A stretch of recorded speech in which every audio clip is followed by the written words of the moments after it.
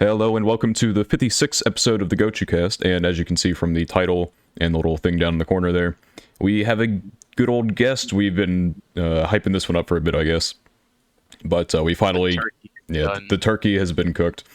We have finally gotten something done, and yeah, I'm excited about this one. So this is Psychotrist. We're going to refer to him as Ed throughout this because it rolls off the tongue a lot better than Psychotrist. But yeah, I mean, if you'd like to introduce yourself to the viewers, I suppose, about, what your channel is about and what your qualifications, I guess. Sure. Well, first off, yes, Ed is a lot easier than psychotrist. Aside from that, so I am a psychologist. I'm currently actually getting my PsyD, but I'm currently licensed in the state that I work in. I've been in the field for over 10 years. I've worked abroad in Europe and here in the United States. My main focus on the channel is analyzing anime through a psychological perspective and trying breaking it down as far as I can. There are some episodes that we literally go on 6, 7, 8 hours. There's one that even went 12 hours as a two-parter, so if that tells you the length of the videos in terms of what we break down. I mean, there you go. It's all about having fun and building a safe space. That's what I think. That's perfect. I guess my next question would be, you said you're practicing. Do you have any specialization, like in terms of things that you deal with specifically? So at the moment, I'm an all-rounder, which means that I've taken essentially a lot of different specializations. For example, end-of-life care, attachment. Mhm. I'm currently getting my narrative certification and also working on other areas all around psychology, just because, and I guess this is a little forewarning for anyone out there that is looking for a good therapist. Make sure to ask what their intervention styles are, what their specialties are, because it makes a world of difference, right? So, yeah, as I said, I'm currently pretty much trained in a lot of the areas here because that's what a good psychologist should be. Yeah, I Yep. agree. I think, I don't know how many of us in here have actually taken any psychology. I've taken AP Psych in high school, and I took one in college. I have read a lot of psychology books, I think. Well, not a lot, but a few at least. All right. That's about it. I definitely don't remember as much as I should. I was honestly a pretty impressive case in AP Psych because I would always do really good on the coursework and the quizzes. I'd always do horrible on the test. It dumbfounded my teacher. It dumbfounded me. But yeah, I basically remember nothing. I remember, you familiar with the executive rat? That was our class mascot. Oh, God. Yeah, Biggie Cheese. We dubbed the executive rat, even though he's a mouse, but... Okay. I was going to say, let me ask you this, though, because honestly, there are a lot of times where you might know the coursework, but once you go to take the exam, it's like everything just flooded out of your brain. And you're like, what am I doing here? Was it like testing anxiety or what was No, happening? I generally test well. I mean, I would never dare touch an AP class if I sucked at, like, schoolwork, I guess. I don't know what happened. It's me and the teacher, like, he gave me one of my tests. He's like, honestly, I don't know how you always do, because I get, like, hundreds on, like, the coursework. It's easy enough. I get score high on the quizzes. And then the test comes. He's like, I don't even know what to, I don't know what to say. I don't know how. I'm like, I don't know how either, man. I did try and drop the class at one point because I got half a credit from it. And like, I'm doing awful with these tests. I gotta bow out. Not like fail the class awful, but like I would like be scraping by. But I tried to drop it, and we're trying to psychoanalyze, your poor performance in this test, Right? Yeah. And I'm like, I'm talking to the guy I need to talk to about changing class. He's like, nope. And I'm like, wait, what? Like, I don't need this class anymore, and I'm doing pretty bad at it. I'd like to leave. He said no, because he don't want people to take advantage, I guess, of the fact that, maybe they take half a class and then get the half credit, because I need to like half his social studies credit or something like that. Gotcha. And I mean, he caught me. I was trying to bail to a so much easier class. Oh my god. But yeah, I mean, it was still interesting material. I still enjoyed the class, and we had like six, and not six people, like probably 8, 9 people in the class. So it was a really interesting environment for sure.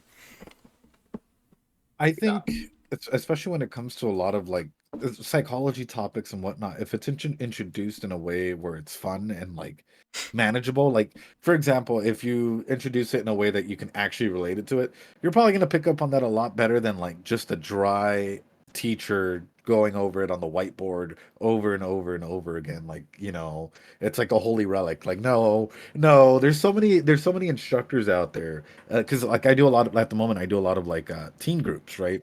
And one of the common things that they throw out there is like when they come into group and like I'm going over a topic, they pick up on that topic a lot easier because I'm like, all right, we're gonna watch an episode of Bochi the Rock or whatever, right? And we're gonna talk about social anxiety throughout it. And they're like, whoa, whoa, we just picked up on everything and like learned about ourselves while watching the show. And they're like, and we aced the exam that they had on like social anxiety and stuff like that. I'm like, hey, there you go. No, I was going to mention that I think your channel, like specifically, does such a good job of like.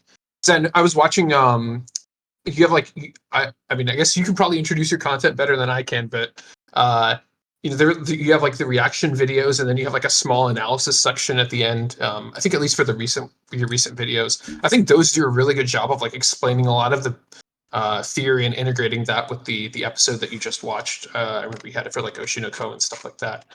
So I think, yeah, I would agree that for most things in general, that relating it to something that's um, that people are interested in is obviously going to be more successful in terms of getting a point across. So yeah. Yeah, I first stumbled your content, not actually on YouTube, but you came on the For You page for Twitter.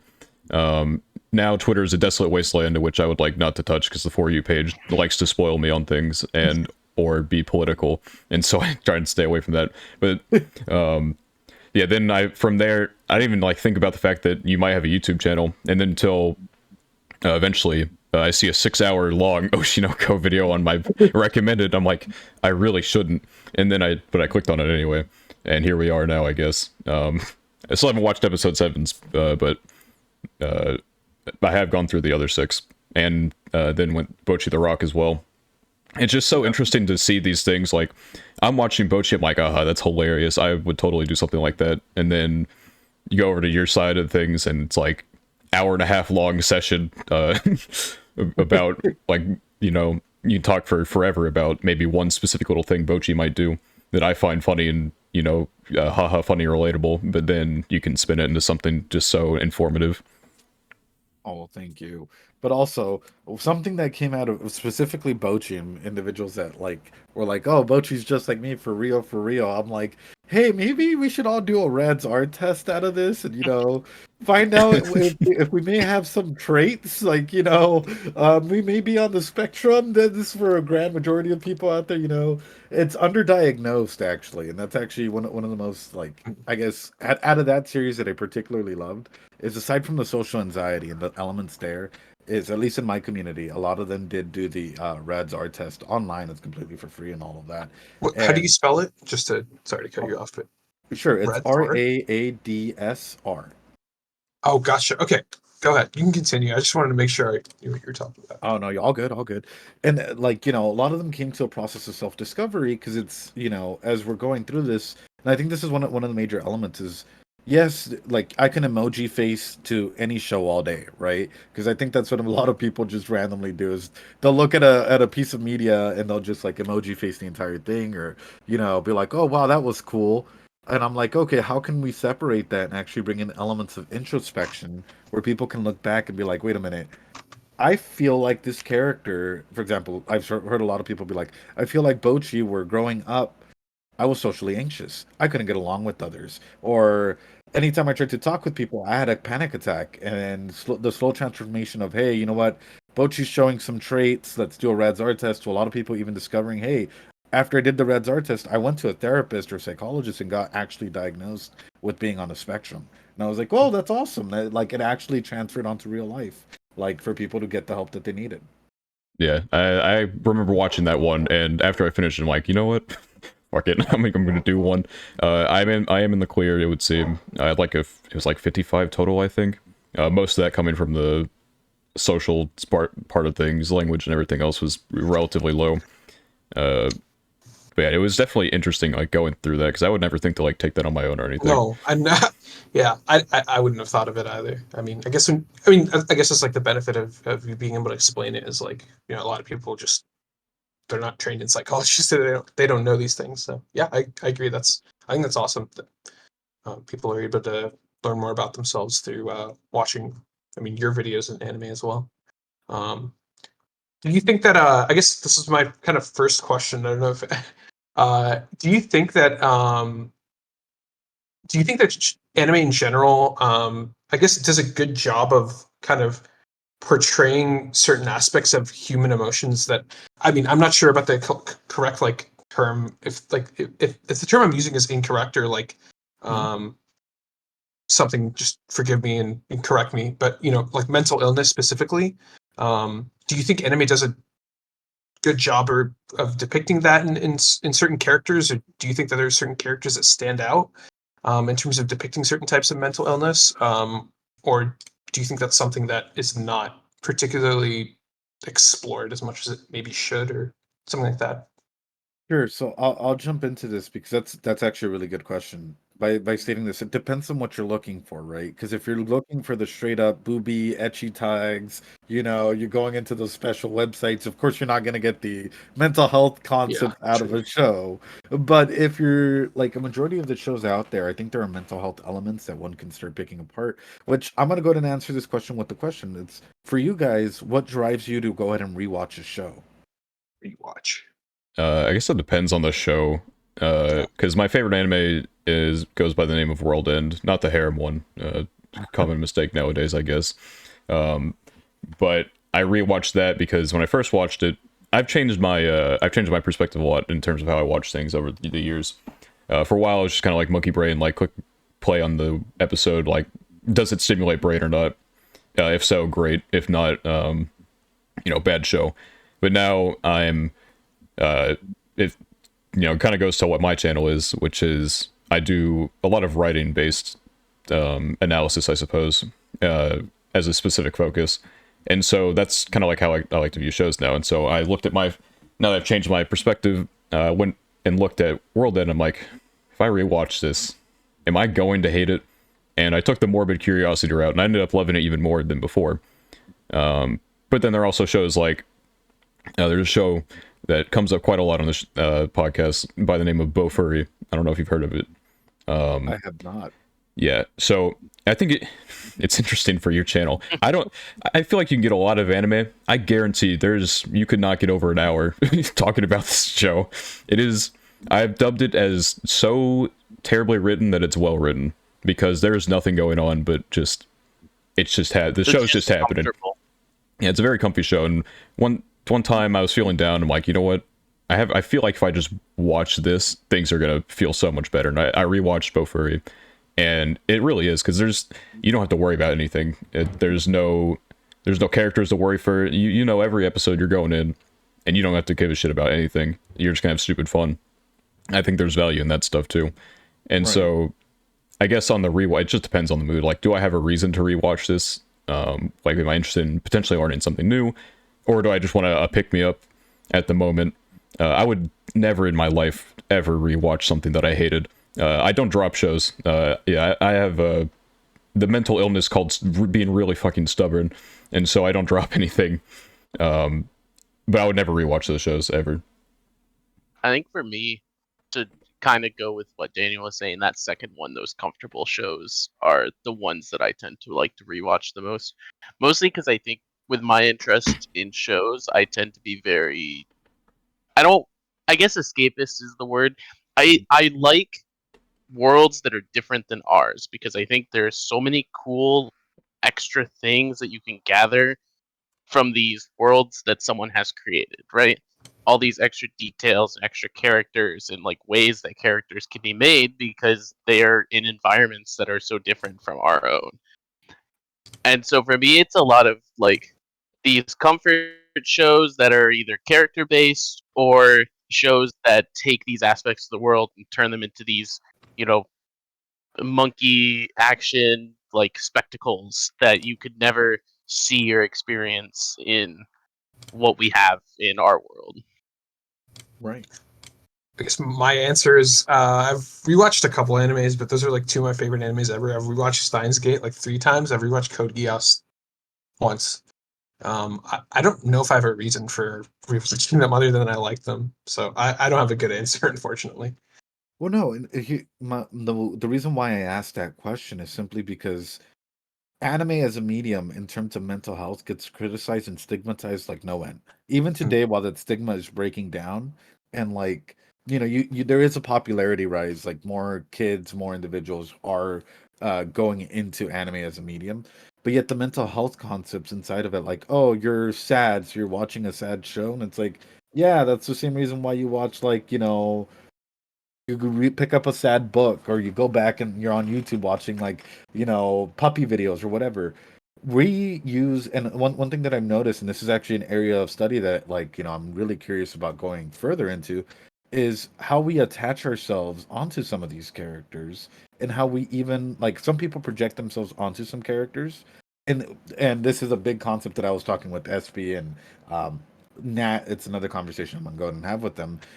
It's specifically to do with when we attach ourselves to characters and when we start breaking down these characters, these shows, and say that you're having a conversation with friend and you don't like a particular show, a lot of people may feel attacked, right? Because all of a sudden you're not just attacking that show, but you're attacking an aspect that may have helped them grow. Or you may have be attacking, they might feel like it's a personal attack.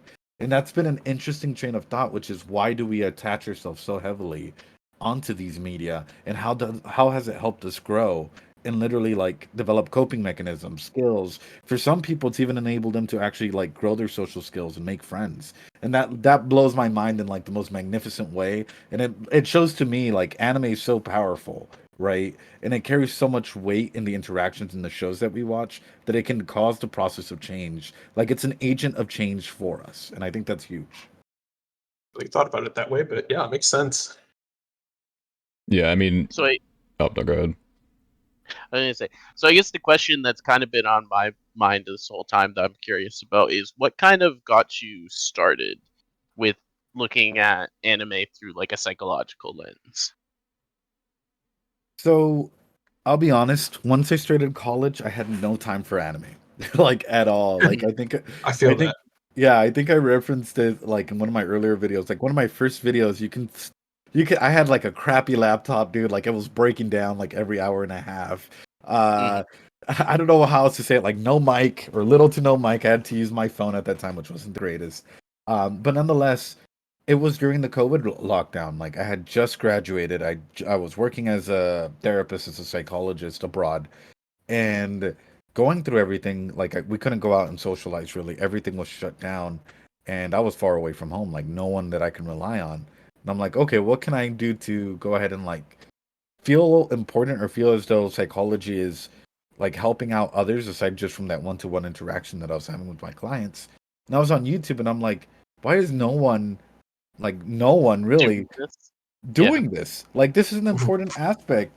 And I remember I was talking with my brother and some friends, and they're like, "Dude, you really need to check out ReZero. Like, if you do a show, start off with this show." And yeah, that's how it all got started, and it just grew from there. Handshake on that one. ReZero is my personal favorite series. Not anime. I read the web novel, so I'm very caught up with that. And it does a lot. Like the characters never stop. Um, how do I put this? Um, I feel like the relationships are always very. The author knows what he's doing because if you look at stuff like with in season one with Rem, episode 18 with that big speech and everything, on the surface everything is like okay, good speech, everyone is back to normal, everything's all great, but not really because that led Rem and Super to have on the surface a fine relationship, but realistically it's pretty toxic as well. The way I looked at it, I always felt like because part of Rem's character was she always put herself like second to her sister, and then she eventually got out of that, but then with episode 18, I Love Amelia or whatever, she then puts herself back into second place and she's content with that again, just in a much different situation, I guess, than like being in her sister's shadow or feeling like she is. And So so yeah, good. no, yeah, I was just gonna jump in and say I feel as though a lot of people give like shit on these characters if I'm gonna be realistic on it. Yeah. Yeah.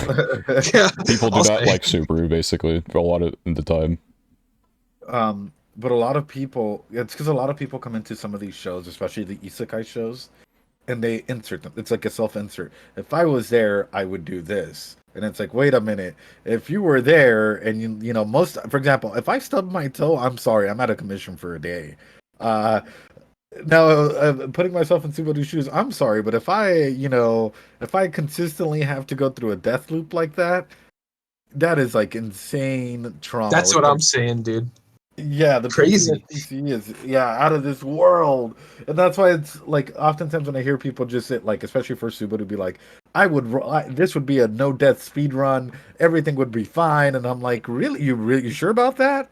You sure about that? Because yeah, majority of us like our emotion. We can even take this apart. Our emotional health, right? Specifically with Subaru. Let's be honest. Sometimes when we have our down days, it takes us apart, right? And when we're anxious, well, it gets the best of us from time to time. Now, amplify that with the concepts of actually feeling pain, literally dying, and then coming back. It would be like it's sort of like the definition of insanity for most parts, right? Which is doing something over and over again, expecting a different result, but to no Yeah, avail. It's honestly more impressive that he makes it as far as he does, really. it is. It Because you is. see, I think I mentioned this in an earlier episode, but people tend to think of themselves as much greater than they are. Like there's a tweet about you get $1 billion if you stay in a completely blank white room for a year. Everyone's like, oh my god, it's the easiest money I've ever made. No, because you will break very quickly, let alone after a Is year. it like hours? You'd probably be folded Yeah. after hours, yeah. I would assume anyway. But like, in a year, you're done. You're not gonna have a brain when you walk out of there. Like, I don't know. A lot of people underestimate mental health, and it's coming more into the forefront nowadays. But for a long time, I feel like everyone just really underestimated the power. People like make the joke that real life is a fucking mech anime because you have a brain that's like just piloting this body, and it's kind of what it like. Your brain is so important, and so to underestimate, like, don't overestimate your brain, even if it is like a powerful thing, because I mean anything that goes wrong, that's a problem. Well, I Right. feel like on what you were saying with people underestimating mental health is I also think that especially with the generation previous to ours, there's kind of this direct correlation that a lot of people make that mental health is directly correlated with mental illness. And so a lot of people will kind of have this idea that, well, if I'm not mentally ill, then I don't have to worry about my mental health. And what over the past like decade or so, a lot of people have realized is just that no, like everyone has mental health to take care of. Even if you think you're, you know, the most, mentally healthy, like normal person, there's still things that are going to like get to you and eat at your anxieties and stuff. Right. Well, I'll start off by asking this because you're bringing up some great concepts, but I think even further define it. Um, this is something that I've seen a lot just in media and in comments and people coming in instantly being like, for example, that's not trauma. That's not abuse. I get this a lot in almost anything that like I call out. So I'm gonna go ahead and throw this out there just so that people see or hear that hey, you know what? Everyone has a different definition. So, for example, what would you guys define as trauma? Ooh. I feel like anything with a long any event that is distasteful with some sort of long-term effect, even if you don't realize it. I was gonna say that, but I think. Well, I'll let you continue, and I'll say something at the end, I guess. Because See, I almost feel like I go too far with this because when you say that, my first thought is anything that disrupts your like daily sense of being, which is a lot, by the way. Like any inconvenience you have in a day would fit that Mm, definition. So it's like a little too broad, but I feel like there's so many things that can be traumas, even if it's something that to someone else would be very insignificant. yeah, I yeah, I mean, think the long term thing is like it's like hard because there could be short term impacts. But yeah, go ahead. yeah, but I mean, if I go like on a personal level, I'm not gonna like go into anything, but you don't understand. Like, you might look back on your childhood and be like, oh fuck, like that was probably like really bad for me developmental wise. because I look back and I'm like, I see certain things that happened throughout my childhood and how they might have affected me going forward. Because at one point, I was a really talkative kid, I didn't have any issues, but at some point, it's almost like a switch flipped kind of, and I was a much different person going forward. Not like maybe not like a switch flip, but I did develop social anxiety at some point, and I'm getting better about it now that I can look at myself and introspect much greater than some stupid like 11-year-old growing up or anything. But I feel like even if I never realized it at the time, there are things that happen within maybe family life or just general life and as a whole that impact me still today, as opposed to like maybe like, yeah, there are inconveniences. Like when I'm at work and someone is just standing there blocking the entire aisle on their phone with their cart swung out so I can't even go around them. I'm like, yeah, okay, what are we doing, stupid? Like, please move. But that's not gonna like I don't see that as like a trauma personally, as much as I would like a slight annoyance, minor inconvenience. I'll get over it. It's not gonna it'll have an impact at that moment. I'll be really upset about it. And maybe for like another few minutes I'll be pouting about how people are always in my damn way, but Gonna send an angry message in the Discord chat. yeah, I'll be like my fucking these customers at work, god dang it, I hate them all. But the next day I'll forget about it and move on with my life. Yeah, I think one of the things that kind of opened my eyes. I don't know. I mean, I assume you guys have heard of like Dr. K. Right. Yeah. Right, for the Healthy Gamer GG. So I watch his videos all the time, and like one of the things I guess that he talks about a lot is like social anxiety, and kind of it's the way like when you think of trauma. Well, I guess when a lot of people think of trauma, they think of like number one physical trauma, and number two like something so extreme that it like permanently it kind of it can, but like permanently severely affects the person. But he talks about things like social anxiety, about how humans are like born confident. Like when you're a kid, you like you just try walking, right? You try crawling, you try walking, and that's like a confident act. But generally, for people who like lose confidence due to like some event or maybe a series of events that occurred maybe at a young age or even later on, and those he I mean, if I recall correctly, he considers them like traumatic events, even though like most people wouldn't really consider that those events like traumatic. Like maybe someone made fun of you for talking too much, or someone made fun of you for I don't know something you did, and that ruined your confidence. I think those kinds of things are seen as like, at least to me, they're seen a lot of times as just like embarrassing moments or things that like you kind of have to get over, or just kind of a blip on the radar. But like those kinds of things can affect you definitely. I guess Daniel, like you were mentioning, like a long-term thing where it can like induce kind of social anxiety and lack of confidence that can affect you. So those kinds of events can definitely be considered traumatic events, and dealing with those could potentially be a way to get rid of or to I guess not get rid of, but to deal with things like lack of confidence and social anxiety. So I agree that like the definition of trauma is probably more broad than a lot of people consider. But Yeah, I assume Ed has a better answer than us. Well, stuff like that is why I have such a broad definition, a definition that's too broad to me, but I don't know where to like draw the line exactly. Well, I was about to say I might even blow your guys' mind with this one. So a lot of like current day research, and I think this is where when Dr. K came up, it might have been during his time. That's sort of where the research focused. But nowadays, hey, there is such a thing called generational trauma, or trauma that comes even from the womb, i.e., patterns that we pick up from our parents, even unknowingly. So the moment that you are born, right?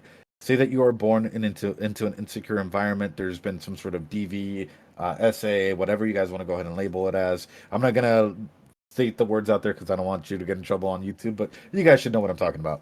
Um, Nonetheless, if there was any form of violence while during the pregnancy, or insane amount of stress, like before even say being born and then afterwards as well, there is a significant amount of trauma just in that act in of itself, right?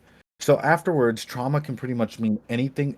We have it defined as acute, as complex, which means multiple symptoms being shown, or prolonged. So trauma can be from anything from an everyday moment. Hey, you were walking your dog and your dog decided to just book it out of there, to, hey, you know what, your parents separated at an early age and you feel insecure about your attachments.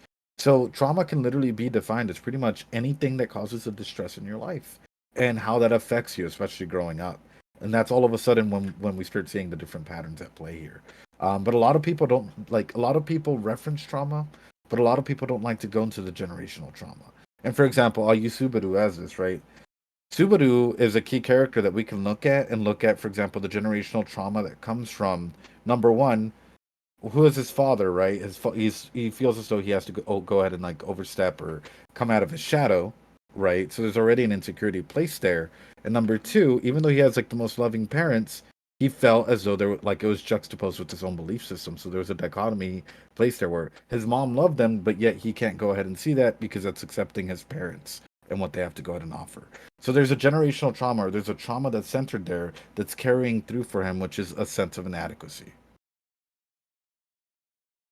Yeah, I mean, he definitely explained it better than any of us could. No, I mean, It's an interesting because I guess you'd never really like think about like you'd sent like, hey, mentioned Super's dead, and that's gonna like trauma spawn camp. I don't know, because he was always gonna have to. I guess it depends on the mindset of the person, maybe. But Right. you know, Super's mindset, he's like, oh, my dad is him, so I have to be him.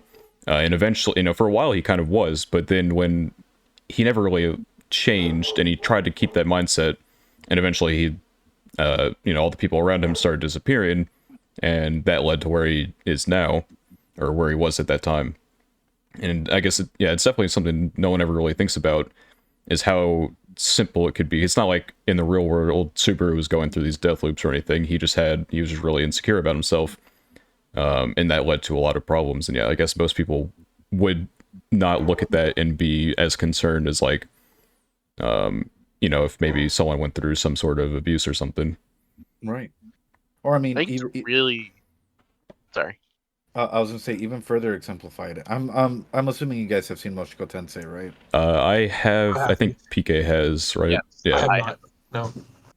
So, without spoilers, when the main character goes through semblances of even generational trauma, or you can even call it like reborn trauma, if that, Hmm. without spoiling anything. And if you go into that series with an aspect or the mindset of what change is, along with looking at it through a trauma lens, the show just it's as a psychologist, I have it ranked down as one of my top shows to look at because of the way that trauma is explored.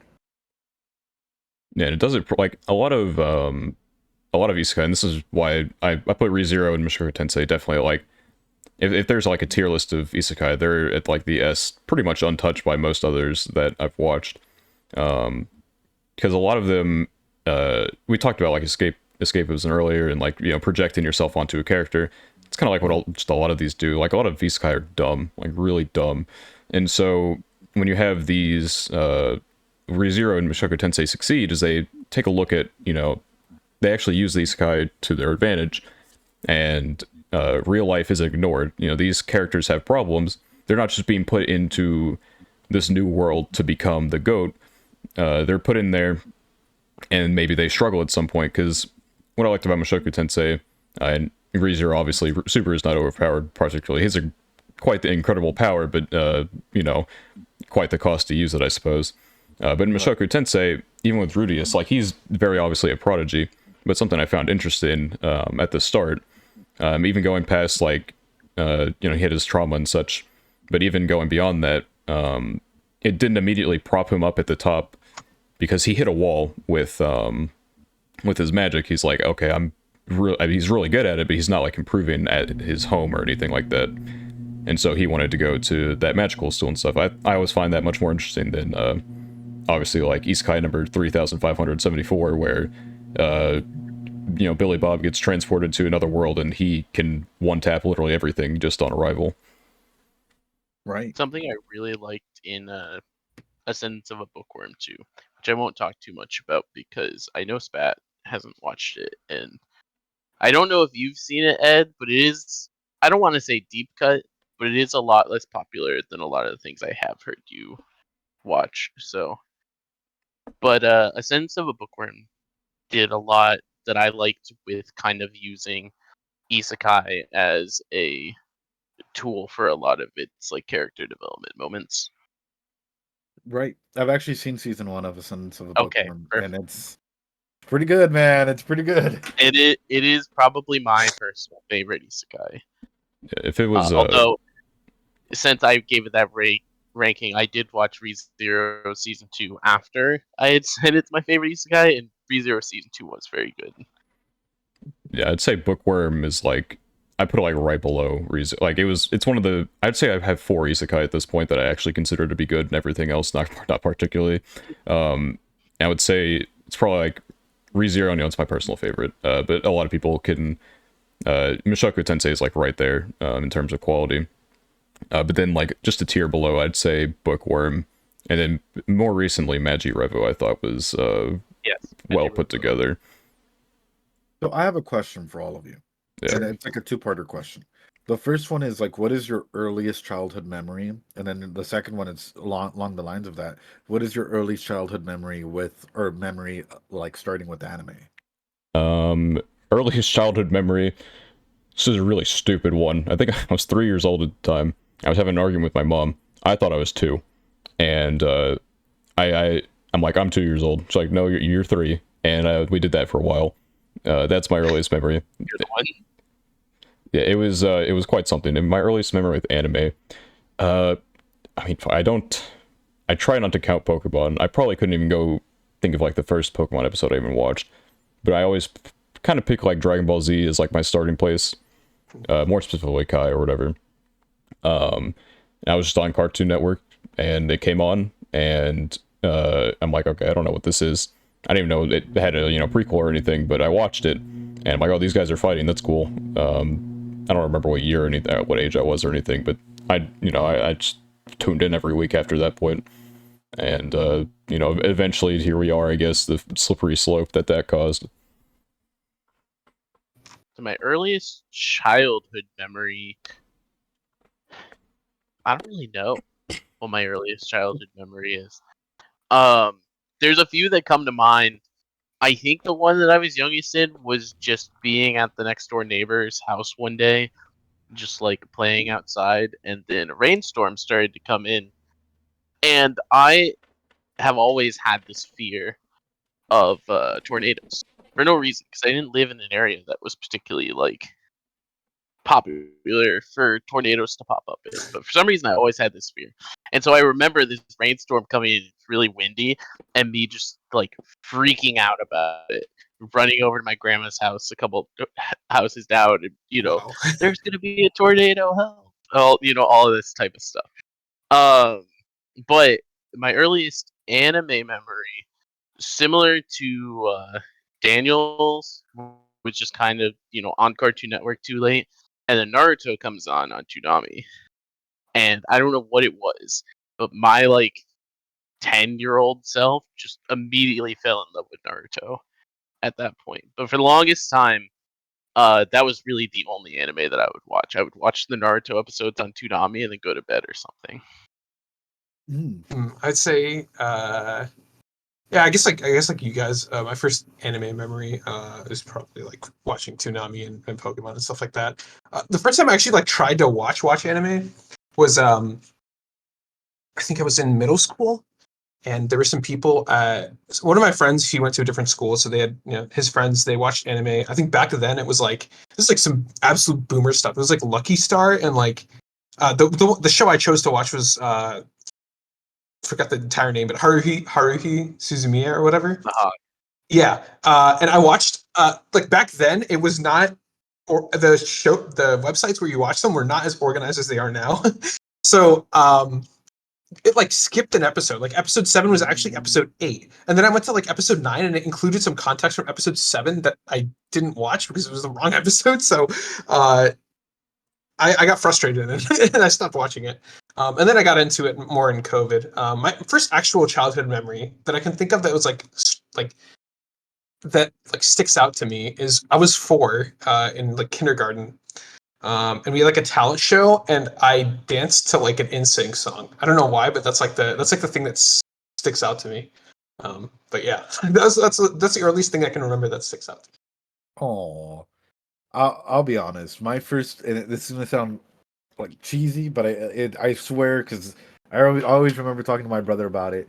It's my first childhood memory that I have is I was around 2 or 3, and I was watching Spanish Dragon Ball Z, right? Okay.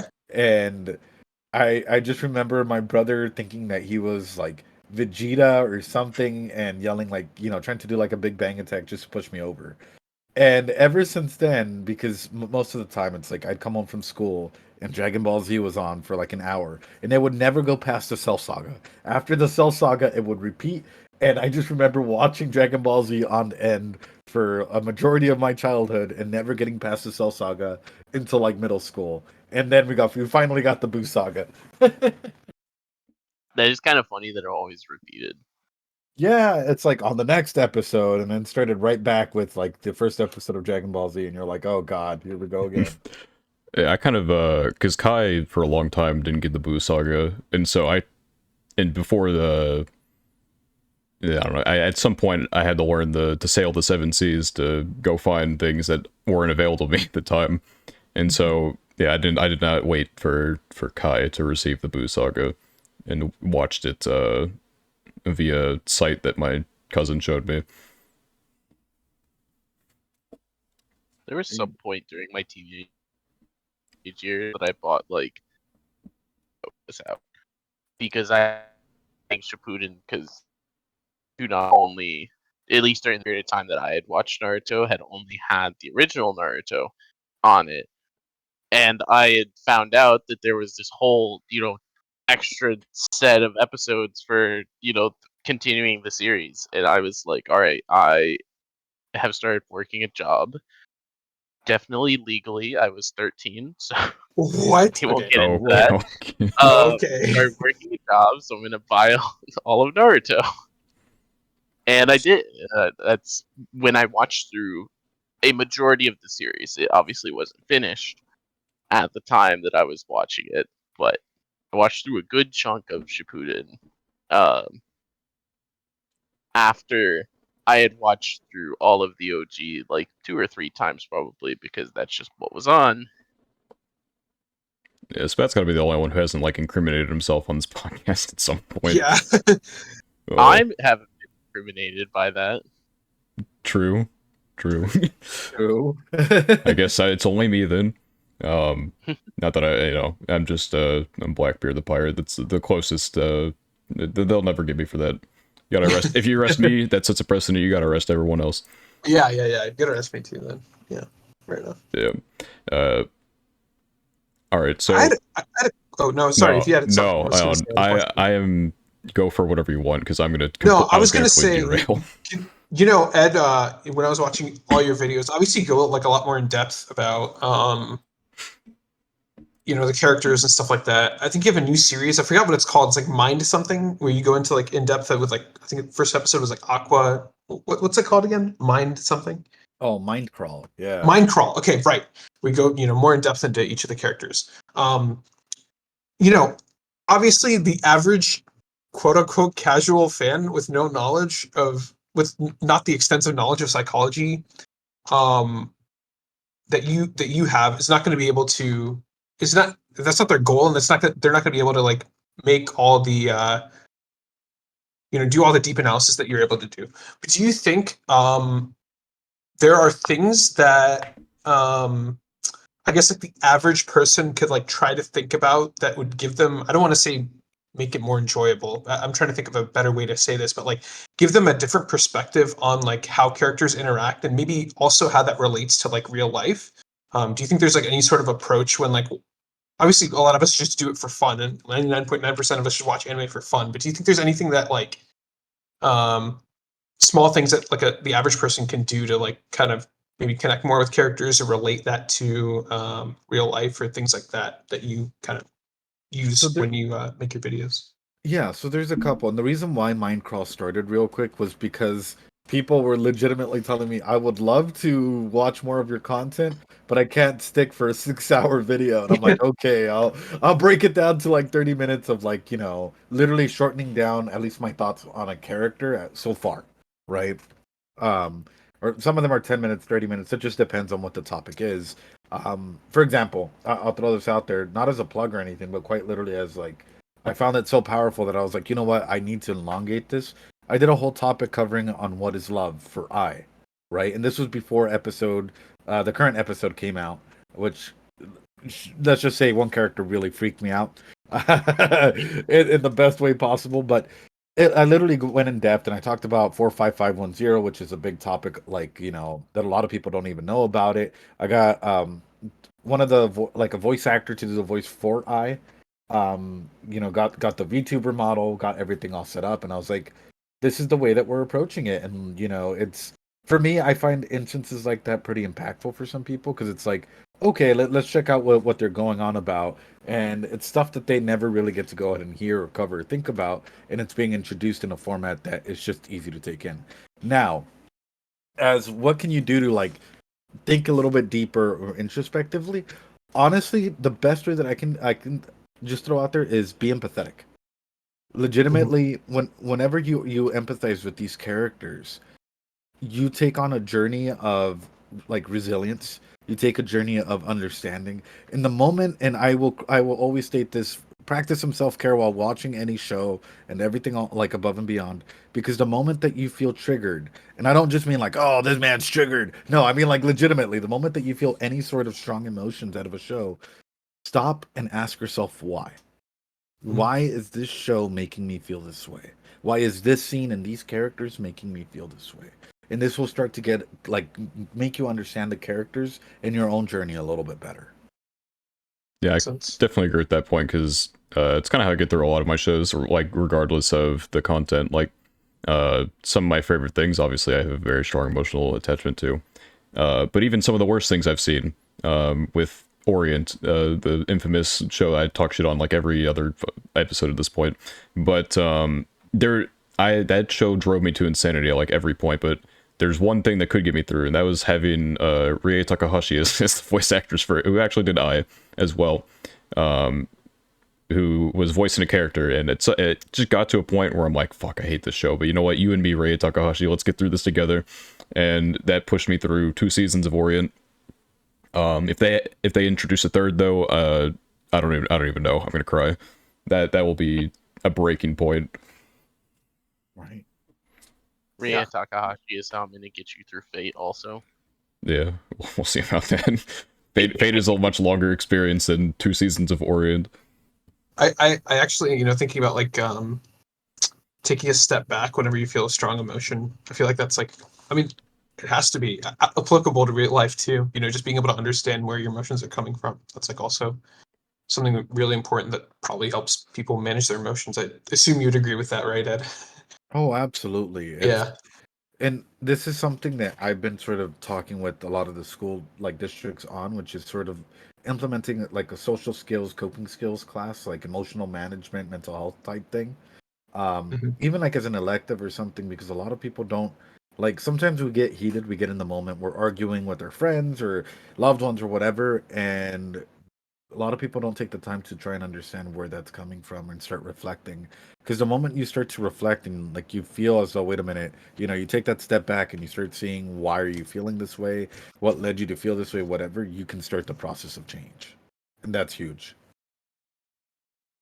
Yeah, that makes sense. Yeah. Not something I would have thought about in the context of anime, but for sure, yeah, that makes sense. So I guess changing gears slightly, from we've been discussing generally serious things so far, but I want to ask, what is the absolute worst job you've seen an anime do in terms of attempting to like, if you look at something and from a psychologist's point of view, you're like, absolutely not, that would never occur in any capacity. Ever even had a moment like that? Okay. There's a couple where I sort of look at and I'm like, that's an interesting choice. I'm not gonna go ahead and downplay it, but Yeah. um there's just been a couple, for example, there, some of the etchy ones, I'm just like, really? Is this where we're going with this? Like, I don't think that that's how that would work, but I will.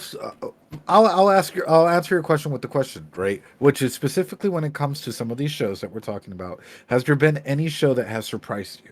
Not so much for the tags, but for the content that's in it. So, Made in Abyss. so when you say surprise, do you mean like Like you thought it was gonna be garbage or not great or Oh. Yes. Oh my god. Infamous case here. PK loves when I talk about it. Onimai. I thought it was going to be absolute garbage, and I walked into it, and I walked out of it with a video talking about why Onimai was actually really good. I think I've seen on some of your VODs that you're actually going through it. I haven't seen any of the reactions to it, but I thought it. I was like, this is going to be terrible, but I always pick one trashy show to watch every season. And it was either Onimai or Inukai, and if you know what that is, you're probably better off not knowing what it is. But The dog one, right? yeah, the dog one. Yeah. Classic. But it was either that or Inukai, and I'm like, I have at least some respect for myself, and so I will I will be going with Onimai instead, and it actually ended up being really good and one of my favorites of that season. Onimai is really interesting. I actually find I question the sister. I ain't gonna lie. Oh, all I right, do well, have a she's best girl. You don't have to question her. no, just like in terms of like what that would do to a person psychologically speaking, especially some of the actions that she's taken. I'm like, I'm not sure how much I agree with that, But aside from that, like, it really is a journey of like self love and change and growth, and I've loved it so far. Like, I've genuinely have had a lot of fun, even though some people in my chat are like, no, don't watch Onimai, and I'm like, you guys voted for it, we're watching it. You guys dug your own grave. I recently rewatched this, so it's fresh on my mind. But Review Starlight is something that I remember when I first watched it, just kind of hearing like, "Oh, this new show on High Dive is good," and at the time, High Dive was not a like valid website that anyone talked about. It was when High Dive was just starting to get some public notice. And so it's like, oh, I guess I'll check it out. It's got like cute girls and they're like acting or something like that. Those types of thoughts. And then I go into it, and the first episode was phenomenal. And it just, to me, it kept hitting on these notes that I wasn't expecting from looking at the show outright, seeing this like cute girls, these stage outfits, thinking like, oh, it's gonna be an idol show like a Love Live or something, which I love Love Live, but I felt like Review Starlight really, you know, took this idea of the stage theater girls and everything, added some cool like fantasy-ish elements, and then really just kind of hit all of the right notes for a show that going into it I thought was going to be so simple and enjoyable, and coming out of it felt so much more complicated and fulfilling. Whoa, you're hyping this show up for me, man. I'm just taking notes now. No, I think the one I for I go would ahead. recommend it. It's very nice. Yeah, I guess the one for me, which is like embarrassing, but I expected Domestic Girlfriend to be terrible, but I actually kind of like it. I feel That's that on a I don't on a want to different level. explain about it. Explain too much about it. I mean, it was just good randomly. Like I don't know why, but it just was. Like, it's like people will just like read the. I mean, if you don't like the content, whatever. Nobody's forcing. I mean, you don't have to watch it. I'm not.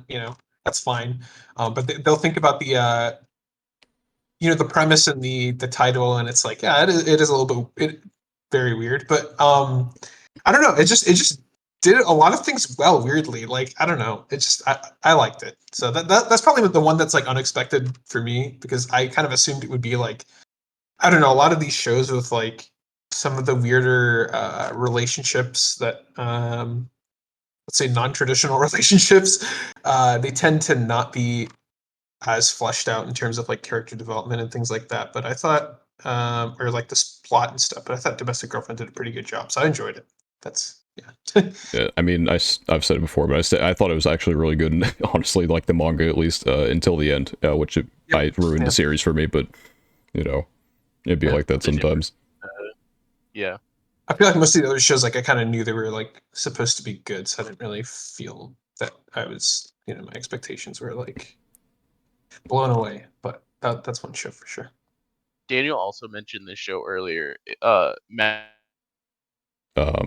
You mic cut cut out. You're in suspense. Yeah, that was a little suspenseful there. Is he dead? Uh-oh. Did we lose him? Am Uh-oh. I alive? Hello, Optimus. Welcome back.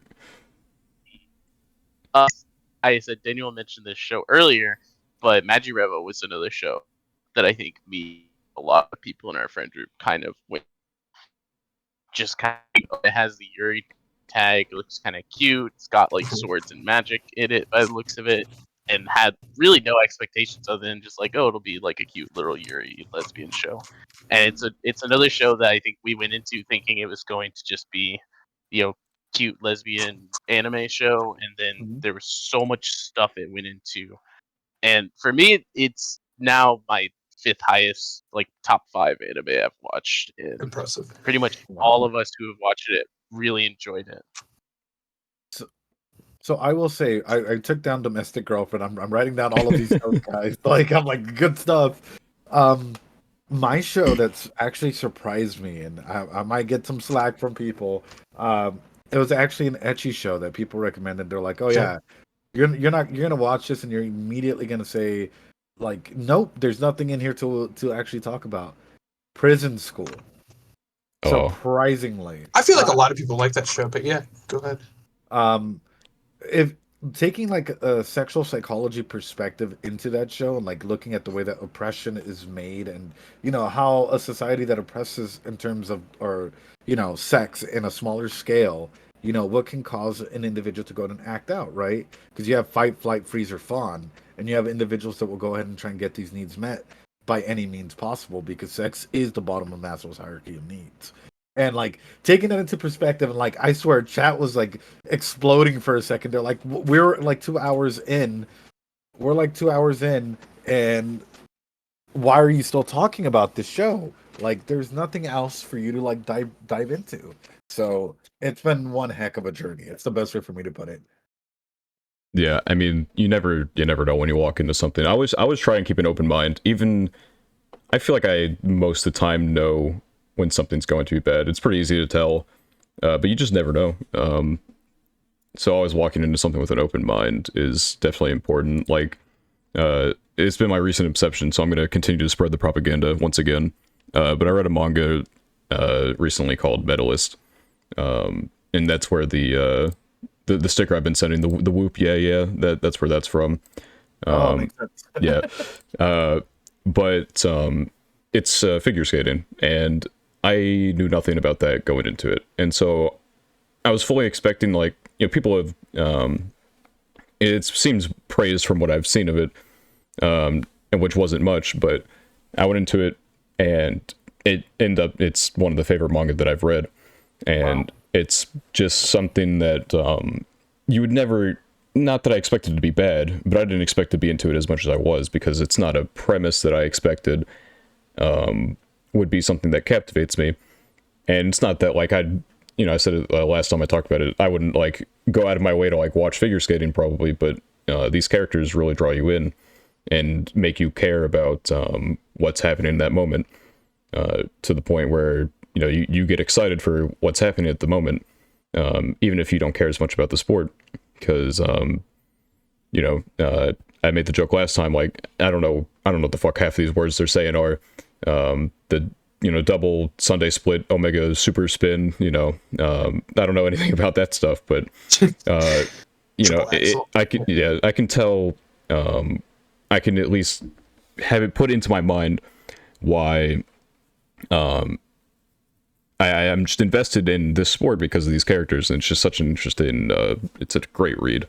Not I think quite done, but yeah, we talked about it last time, I guess, in our last podcast. But like, even when the premise is something you're not really familiar with, I think if they do a good job of explaining it and like the characters and the plot are good, I think that does a good job. Uh, that can appeal to people who may not be interested in the premise or the kind of genre or anything like that. I think those things are a lot of the times just the most important things: characters, plot development, how well the emotions are portrayed, things like that. So even if you're not familiar with a premise or topic of an anime, I think it's sometimes just worth giving it a shot and trying it out. I think one that for me was like 86. Like, I'm not a big like mech. I mean, mech is like okay, and like military,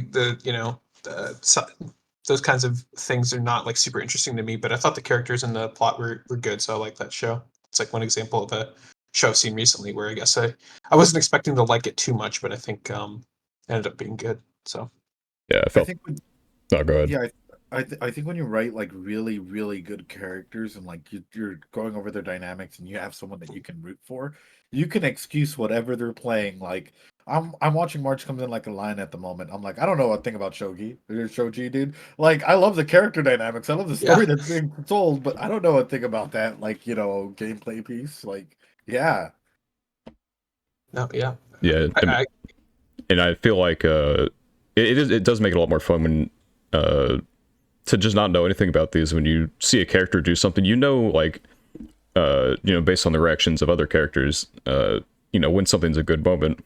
And so you can still be excited for these characters. Like whenever Inari and Medalist land some crazy jump or something, I'm like, that's why she's the fucking GOAT. Even if I don't understand, she might have just done the most simple thing on planet Earth, but I'm like, that's my character. That's who I'm rooting for. And so you're able to get excited about these things that you have absolutely no idea what's going on at that moment, but it's important to them. yeah. Yeah, I think that's where character development comes in and just like let's say the centerpiece. Sorry, I couldn't think of the word. The centerpiece of like a lot of stories. It's just the characters themselves. Um, I feel like we haven't like asked this. I guess you've been asking us a lot of questions, Ed, which is good. To figure out what to learn more, I guess, about other animes you haven't seen. But for you specifically, what are like? This is like a very simple question, but what are your top 3 anime you've ever seen? top 3 anime I've ever seen. You see, Yeah. now you're about to start a war. No, no, we're not No, going to start a war it's because we all fine. have different tastes and we all have like shows we've seen that people like that we don't like. So Unless somehow you've watched Gamers and that's in your top 3, in which case okay, yeah, that's the mortal enemy. you will be ending the podcast um, at that point. it's gonna be X Arm, Scum Source. I'm kidding. I'm kidding. No, it is. I think for me, it's probably gonna be Moshiko Tensei. I think ReZero's up there, and the way that Oshinoko's going, I think Oshinoko might be up there along with Bochi. They're sort of fighting for that spot. Yeah, but she's awesome. all very good picks that I respect very much. I think all of those shows I have at least rated a 9 out of 10 at worst. And Oshinoko is definitely vying to be in my upper echelon. Like I have read the manga and to where it is right now, and it has been my favorite. And so just seeing the treatment it's gotten so far, it's just I'm so glad that it is where it is, because I feel like we're gonna get to see it's gonna get a full adaptation, I would assume, probably, the way things have gone so far. And that just it's so these characters have so much to offer, and people are going to be able to continue to see that, and it's going to be I'm very excited. Everything in that show is so packed with so many details. Like, for example, people get mad at me because I tend to pause and analyze the opening, right? And Yeah. every single time we go through the opening, I notice something new. And so I pause and I talk about it. And for example, in episode 7, I did like literally had to pause because I finally heard the lyrics in English. And I talked about it for about an hour. Oh, there's the English version Yeah, released. yeah, just Yeah. released Yeah, I that. listened to that yesterday actually. Yeah. And Surprisingly not bad. I'm not like a big fan of like, or I shouldn't say I'm not a big fan, but like oftentimes when you go from one language to another, sometimes like it sounds a little bit awkward. Surprisingly, I still prefer the Japanese version, but I thought the English version was like honestly not bad. So yeah, they didn't do a horrible job. They did no, a no, no, no. decent job. Yeah. But hearing the lyrics in English, I was like, wait a minute, there's more to this at play. And an hour later, we're barely getting started with the show, and I'm like, okay, guys, I'm sorry about that. Everyone's like, God, like, why do you do this to me? And it's like, it's as a psychologist, and even in any field, like especially if you're going for your PhD, your PsyD, masters, whatever, even your bachelor's, you have to get peer reviewed, right? So even when you're looking at something, like for example, I go through all of my old thesis papers, and I review them from time to time, and I'm like, what could I have done differently? What could I do better? Is there any information that's out of date that I can go ahead and like report back and resubmit in a way that keeps it up to date with better information or so on and so forth. And it's the same thing whenever I watch like a new show or an anime opening or anything like that. It's like, okay, what did I miss? How can if thinking from a different perspective, how could this like lead to certain clues or whatever? I just find that I found Oshinoko pretty awesome just because it got me to do that. Gochuucast is really good. I like it Yeah. so far. I do find it's very funny. You analyze a considerable amount to the point where you are hailed as a wizard by your community, and so I and sometimes I'm sure people are probably like, oh, you pre-watched this, you've seen the episode like 10 times already, written notes and everything, but I feel like people don't realize like how much they probably could learn if they did that, I guess, because like Right. I don't do it myself. I go insane, but if I wanted to pause and think about these things, I feel like I could get, definitely not as far as you as actual psychologist, but I like going into the writing of things, and so I feel like I could get somewhere. And so when an actual psychologist is looking at things, and you're turning 20-minute episodes into like multi-hour discussions, and so whenever you're just spewing potential things out all that time, obviously you're going to hit on things, and I feel like not enough people understand, or like you can connect a lot of dots when you're really just thinking about what you're trying to do, as opposed to like just watching the show and maybe coming to conclusions along the way, but for the most part just being on autopilot throughout that. Right. So I can go ahead and address this, which is whenever I've seen a show or watched a show or read a manga or whatever, I always announce it first, right? Right. For example, with The Silent Voice, I watched that like at the very beginning of my channel, but because again I was on a crappy computer, it didn't export properly and the VOD was messed up and it was a whole nightmare. And we were gonna watch it again. I'm like, guys, I have seen this. I'm always very, very upfront when it comes to situations like this. And one of the big things that a lot of people don't know is all the anime that is watched randomly. Like the Twitch chat gets to decide that day what gets watched. So people think like, oh yeah, he's had the opportunity to go ahead and prep or watch a show in advance, and it's like, yeah, okay, but chat has ultimately control over what I watch and what I don't watch. So say that you go ahead and throw up there like a show from like the early 2000s, and then Spat decides to go ahead and throw in like a modern day show. Mhm.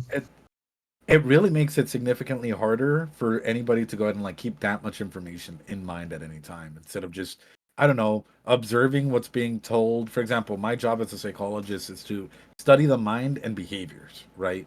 Look Right. for routines, being able to go ahead and analyze relationships, so on and so forth. So it's a lot easier for me to like, and sometimes because do you know who a spiritual analysis is? Spiritu, no, hold on, let me, No. I'm gonna say yes, but I need to make sure real quick. Yeah, he's another YouTube. He goes like a spiritual otaku, spiritual analysis, same in the, like same Yes, individual. I get his stuff recommended to me every now and then. Yeah. Yeah, so he's come in. He's a great friend of mine, and we've been able to go ahead and like have full on discussions and impacts and moments like this where he's even been like, okay, now I understand like the process as to how you take in information and do stuff, and it's a journey of like, for a lot of people. And this is why, by the way, in case you like, if you ever look at my like older videos, it's like 20-30 minutes a show per se. um and then I started expanding on it because the more I thought about it, the more I'm like, okay, I feel like these comments are still going to be there, and they still are there, no matter if it's a 10-hour long video analysis, like analyzing an episode, a 20-minute episode. There's still people who come in and like that's their instant thing. It's like, you are a manga reader, and it's like, really, I just did a 10-hour analysis breaking down like concepts of Maslow and showing every single thing of my thought process, and you still think that. Which is why I expanded, sort of like, okay, how do I talk about these concepts, why do I go about it, because at the end of the day, 99% of all my videos are unmonetized, like on YouTube. So I'm not in it for the money. I'm actually in it for people to be able to go and learn and pick up some mental health concepts and be able to grow from it. Yeah, I mean, people say whatever they feel like. A lot of people don't seem to particularly think much before they comment down below. I find it funny with my own personal comment section is, like I said, I talk about writing and stuff. And so someone in the comments might say like, oh, well, this is actually shit. And that's like all they say. And I'm like, okay, do you want to like, expand on that? Never respond. I've literally never gotten a response from anyone like that. I didn't watch the video, but I just determined it. I've had people like that. Like, yeah, I didn't watch the video. I just wanted to say that this show is actually trash. I'm like, okay, well, thank you. Very cool. Thanks for the engagement, I guess. But it's like, it's just so odd to me how many people are prepared to put their opinion out there, but they don't understand their own thoughts, I guess. And Well, what's interesting, and like, just quickly jumping into that, is I've allowed an open space, and like, because when I did Moshiko Tensei and whatnot, or even ReZero, there was a lot of people that were like, "I want to talk to you," and I'm like, "Okay, come and do it live." Like, I will give you a space to come and like, have a discussion. No one's ever showed up. Like, I'm like, all you have to do is say, "Hey, I want to talk about this character and why you're wrong." I invite people to come on up and like, I'll bring my psychological lens, because at the end of the day, that's sort of where my specialty is. We'll talk about these characters. But it feels as though the moment that you put out there like an opportunity for people to prove themselves or whatnot, a lot of people just back down. A lot of people are like, I don't know about that. I don't know about that, Chief. yeah, I did have one guy who actually did respond one time. I don't even remember because I think it was on a Made in Abyss video. But he's no, it was fuck, I think it was a tier list video that I did. I don't think too hard on those. So every now and then, someone will be in the comments getting mad like, oh, you put this high on your tier list, it's actually a bad show. And I'm like, okay, dude, well, it's my own opinions and I talk about them. And if you want to like actually say anything in response, that'd be, you can go ahead and do that. And he said, okay, I bet you haven't watched, if you like these anime, I bet you haven't even watched these. And I'm like, okay, that is nothing, that has nothing to do with anything. I'm just going to stop the conversation here. And he said sorry. So shout out to that guy. For owning up. He's like, I didn't mean to be like, try and be an elitist or anything. I'm like, all right, whatever, dude, it's fine. But yeah, I mean, most of the people who come in and like, hey, oh, this show is trash, they'll never be able to put into words like, if you don't like something, that's completely fine. I always say that. I always try and say that, put that out there. I don't care what people like, but if you're going to trash on something, I think you should understand why you're saying that.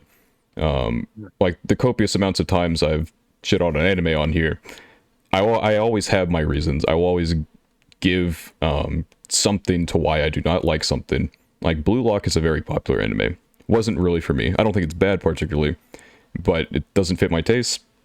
The writing of it is, it's a shonen, so it'd be like that sometimes. But, it's just not something for me, and I don't really, the content isn't something that I find to be very good, but a lot of people like it because of what it is, and that's completely fine. And I'll let anyone can have that opinion. But it's whenever people are like, oh, you don't like the show, therefore opinion invalidated. I'm like, wait, hold on, let's not jump from A to Z. We can meet in the middle somewhere and talk about it. And I feel like anytime I have, people usually come to an understanding, like, okay. But a lot of people don't want to do that, and they just kind of like hide behind, like, oh, your opinion doesn't matter. It's like, that's just so odd. So something that really irks me, and I guess opinion-wise, right, is I'm thinking about it. I'm like, ugh, because I get almost everything. It's why don't you do your reactions like this other reactor or emoji reaction? And I'm like, y'all realize I'm doing this like on Twitch live. Like, there's no editing. There's no. Yeah, actually, wait, hold on. This even brings up a better case. I can't do any editing magic like at all. As opposed to a lot of these other like content reactors that are like only YouTube only or whatever. Like I'm doing mine live in front of like hundreds of people who at any point could throw like a random curveball at me. But yeah, they're like, why don't you do it like this YouTube and follow the YouTube structure? That's kind of impossible on Twitch. Yeah. Just saying. People always, I guess, it's just like, it's probably like a level of like comfortability, I guess. So they can like, maybe they want something new to watch, but they don't want to deviate much from the, I guess, for what they're used to. I guess, I don't know, because I feel like it's probably why my shonen videos don't do very well. A lot of people who watch shonen probably aren't like, oh yes, the writing, of course. But like with Chainsaw Man, I thought the characters were very interesting deviation from what shonen typically is, because they're all like massive assholes, when most shonen characters are like, the righteous kind. And kind of the same with Hell's Paradise more recently. Both those videos did not do very well in the view count. But the people who do watch it liked it, and so I feel like there's just so many perspectives out there that people could look at, and I wish they would look at without like dismissing them immediately, because it's just such a changing perspective can really make you think about certain things and make you enjoy the content probably more than you would have otherwise. Absolutely. I'm trying to Yeah, go ahead. Oh no, I mean if you have something to say, then No, I was just gonna say that I think well, I guess okay. First question before I go into like my opinion on some of the other content you had on your channel. Is there any like specific style of content that you have not done yet that you want to explore? Um, I definitely, I guess, in terms of content that I want to go ahead and explore, I am going to go ahead and start doing a lot more video game based analysis. So that's something that is Okay, like, so analysis of like I guess psychological concepts in video games. Is that what you mean? right. So I've Okay, already yeah, started that with like Doki Doki Literature Club, but I really want to gotcha. go further in depth. For example, I just started Yakuza Zero. So that's one heck of a journey I'm sure I'm about to get into. And then up next is the Metal Gear Solid series. So that's going to be another interesting bit to go out and explore.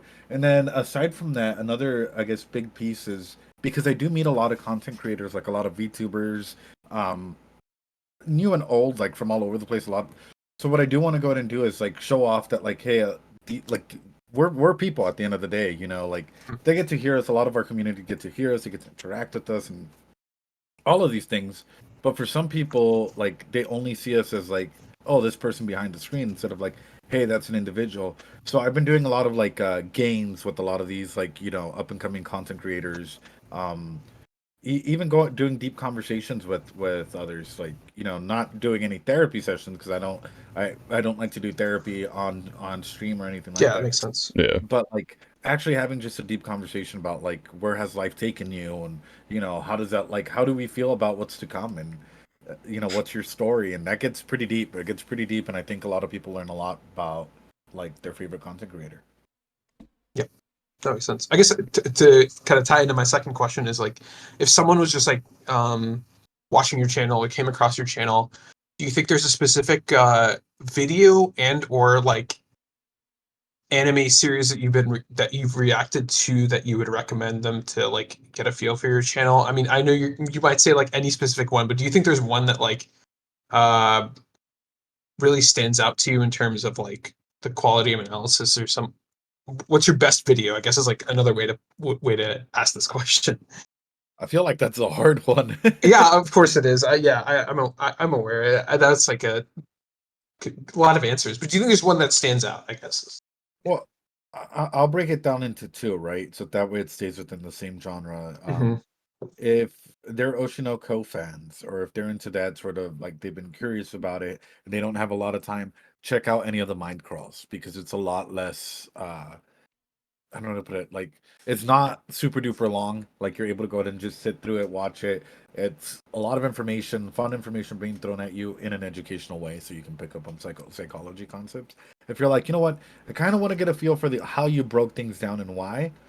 Literally, I think the first episode of Oshino Code does more than fair enough justice, but it is like 5 hours long. Like, Hey, you know what? That's what brings some people in. I saw the 6 hours. I'm like, fuck, dude, I really shouldn't do this, but I did. Yeah, Uh, long form content. yeah, shout. I hate short form content, but I'm not going to get into that. No TikTok for you, huh? Absolutely not. I thought I was like that, but I don't know. I got the bug, so You got the ick, yeah. yeah, something like that. Yeah, I Uh,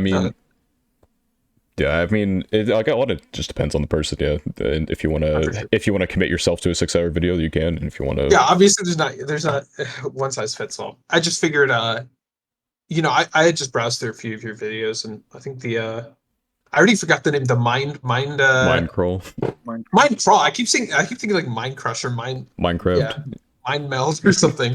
uh-huh. Yeah, mind crawl. Those videos I really like just because I guess the deep dive into a specific character is good because I guess over the past I'm sure you probably feel similarly. I would wager is that like over the past, I would say, few months to a year, I think I was always someone previously who was like, okay, the plot has to be really important, or the plot is like a very important aspect of the anime, which it still is.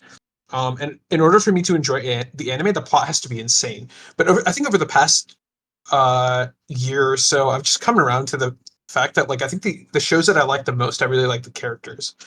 So I guess doing a deep dive into each individual character is something that I really like, and I think that kind of highlights some of the best parts of anime, or at least the reasons I enjoy certain shows over others. So Yeah, Yeah, for me, those are the best. Those are the best kinds of videos. So. we mentioned, or you mentioned it a minute ago when we were talking. You gave your like your two part, maybe it was before the 2-part answer. Talking to other creators on videos, and having other people see like, hey, they are a person. We talked about this before the podcast started. Want to make sure everyone was down with it. But the 6th episode of Oshinoko is something we decided to save potentially for this episode, because it's a very heavy subject. And we obviously feel much better with like an actual psychologist here to walk through subject matter of that material. So I guess anyone listening, if you've seen episode 6 of Oshinoko, then you know what's coming. And if you can bow out here if you'd like, or skip ahead to where we're not talking about that. And if you haven't seen the show, you should go do that. But spoiler warning here, I guess, for the 6th episode of Oshinoko. It was a very heavy episode, obviously. I don't feel like a lot of people understand, and we were talking about it, between us as well. The comments that we get, a lot of people say a lot of things. People are very confident on the internet, because that shield of That's one way to put it. yeah, a lot of confident idiots on the internet have a shield of anonymity behind them, and it's not like everyone is cast the stone. Who first to cast the stone should be free of sin or whatever. It's not like I've never, like I feel like sports figures, like for example, I'm a Sixers fan.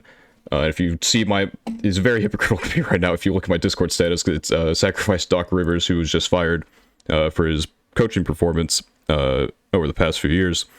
But a lot of people will go and they will say a lot of things about others, and try to go out of their way to make sure that they see it. And I feel like, we don't understand the human that's behind these public figures. And once again, we talked about mental health and how people underestimate its abilities. Yeah, I mean, that episode in particular, I knew it was coming, obviously, because I read the manga. But I feel like the show did such a good job of making anyone watching it feel unsettled.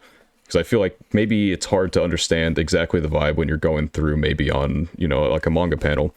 But between the music, the voice acting, hearing the people say those comments as well, and just getting them, kind of like shoved down your throat like this, and it's all at once too. Like the switch literally flips from you're having like a normal Oshinoko episode where Ruby is about to shit talk some soda on Twitter, and then you get instead, just a really insane emotional turnaround. I feel like that stuff is just so important, and that's why it's a reason I love Oshinoko is it understands, it's not like the deepest dive ever into entertainment, but it's deep enough that it can leave an emotional impact on people and make people think differently. Yeah, for sure. I think Oshitoko did just does such a good job of like a lot of things, but we've talked about that already. But yeah, when it came to that episode specifically, I think one area where I guess it highlighted were the simple, like the subtle symptoms of, number one, isolationalism, right? Or being like starting to be affected by the isolation in even a group dynamic, even in performing. And something that pops up to me is in episode 6, I guess if we're going to go deep, let's go deep. Yeah, I mean, go for it. We got all the time. So something that pops up like in my mind was immediately that first shot was where everyone was standing. The first shot that were shown in terms of everyone in this reality TV show, it really exemplified the power dynamics that were present. And instantly for me, I was like, whoa, okay, this girl in the back, I'm already scared of, right? Because this is supposed to be an area in the industry where, each person has their time to shine or whatnot. But yet, even non verbally, they're showing us, hey, compared to everyone else, she's isolated. And red flags went up like no tomorrow. I was like, okay, this immediately there's subtle signs that that we even do nowadays, and even through our social groups that sometimes we don't pay attention to, which is the power that we have non-verbally and even verbally, and the effect that our words have is huge. So it's really important to go ahead and watch what we say and how we interact. And sometimes even the moments of like when something dramatic or something big happens, just letting it go rather than going ahead and making a spectacle out of it in public. And I think that's big. Yeah, what you just mentioned there, we actually talked about last episode. We were talking about. I called the episode "Anime Life Lessons," I guess, because we brought up Oshinoko because Spat had caught up to it, and he liked, what we were talking about right now. He enjoyed that aspect, and so a show that I talked about in terms of potential things that people don't think about with regards to how anime may give you insight on life. There's a show called Boku Tachi no Remake, or Remake Our Life. I'm not gonna like explain the entire premise or anything. Kind of like talked about it last episode, but basically there's a guy. It's kind of like an Isekai because he goes back in time, but not, his same world and everything. But he chooses a different life path that he had thought about before, but he didn't take, and he wasn't happy with his current life, and so he goes back. Through he didn't mean to, or anyway. But he goes back, and he has all this experience from being like, he's gone through college and some, maybe not the same type of college. He goes to like an art school in his second try, but he had gone through normal college. He tried to get into the industry, and he had to some extent, but things, one way or another, don't go right. But he gets the second opportunity. Obviously, he's been through all these trials and tribulations already, so he's doing really good in college, and he's able to, and he's working with these other kids that he knows are successful in the future. But he's working with them, but because they're very early on in their careers, they're not exactly obviously where they are in the future in terms of confidence or anything like that. And so it was interesting to see, you have this main character who's really good at everything he does, but instead of, all the characters being like, wow, you're so great or anything, you see the other characters lose their own motivation because they end up having to lean on him a lot. And eventually it gets to a point where one of the characters, he's like, if I have to be like you, then I don't know if I can do this. Even though that character can do it, just because of how the main character carries himself around these others, you don't think about the effect that might have, like just taking control of constantly and being, the leader who powers through everything. It was a very interesting take on, like the main character who can overcome whatever, because most of the time there's other characters are along for the ride and they don't care, but in this one it meant all the others lost confidence in themselves, despite the fact that they obviously have the talent to do great things.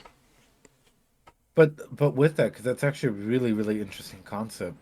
When you start taking away, so that's, I was about to say that is so interesting, because if you were to go back in time, and this is actually something that I've discussed, like just symptoms of or theories of or whatnot, and say that you were to start acting different or start living the life that you knew someone had taken, you take away that person's agency, right?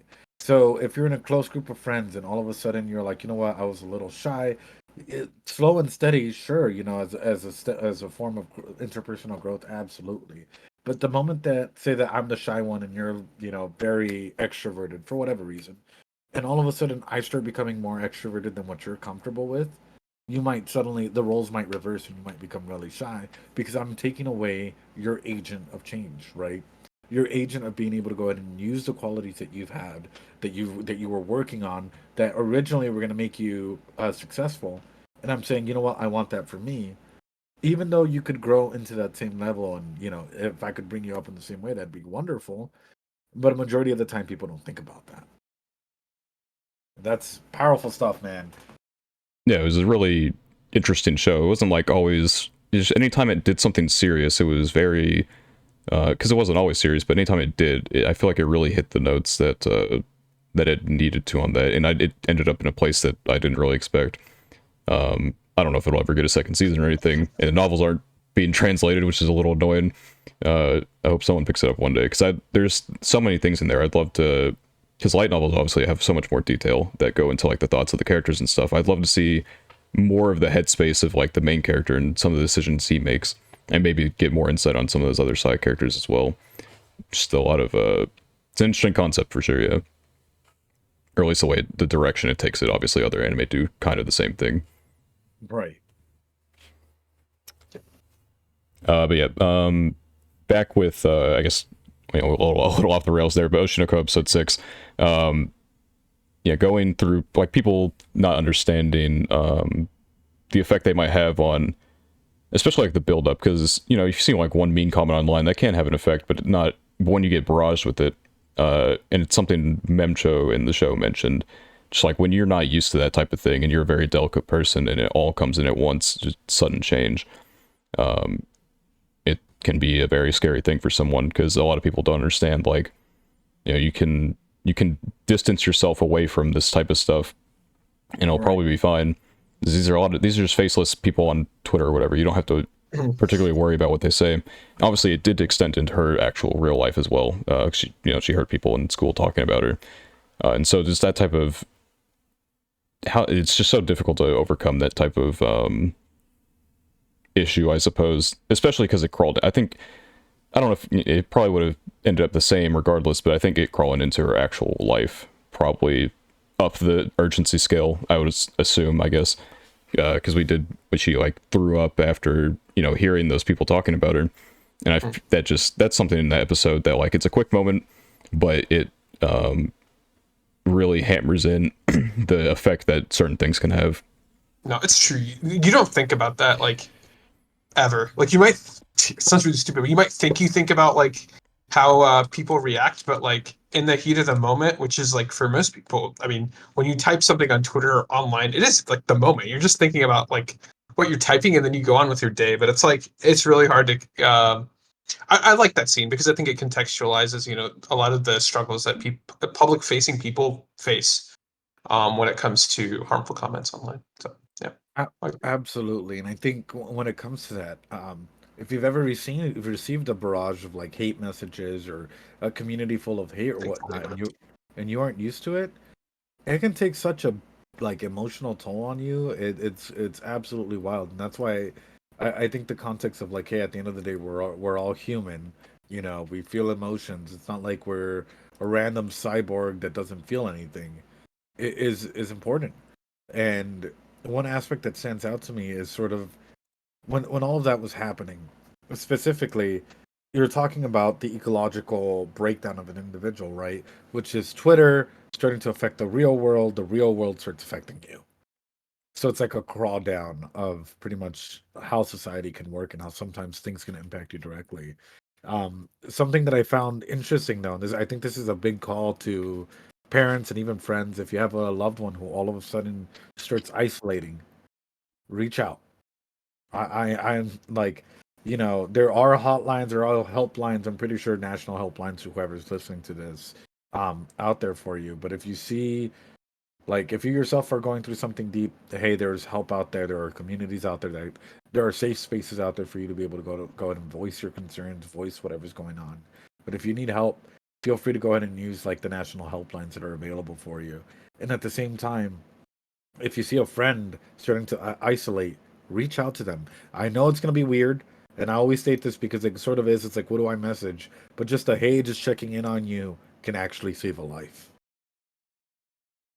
Yeah, and a lot of people underestimate how much of an impact they might have because someone, you know, like you said, isolation, being in isolation, you know, especially with like Akane, she's facing all that hate, and her mom doesn't, because her mom's not watching the show, she doesn't go online, but she does notice like her daughter's acting strange, but she doesn't really, I guess she was like too timid to act on it, I suppose. You know, Akane's like, it's fine.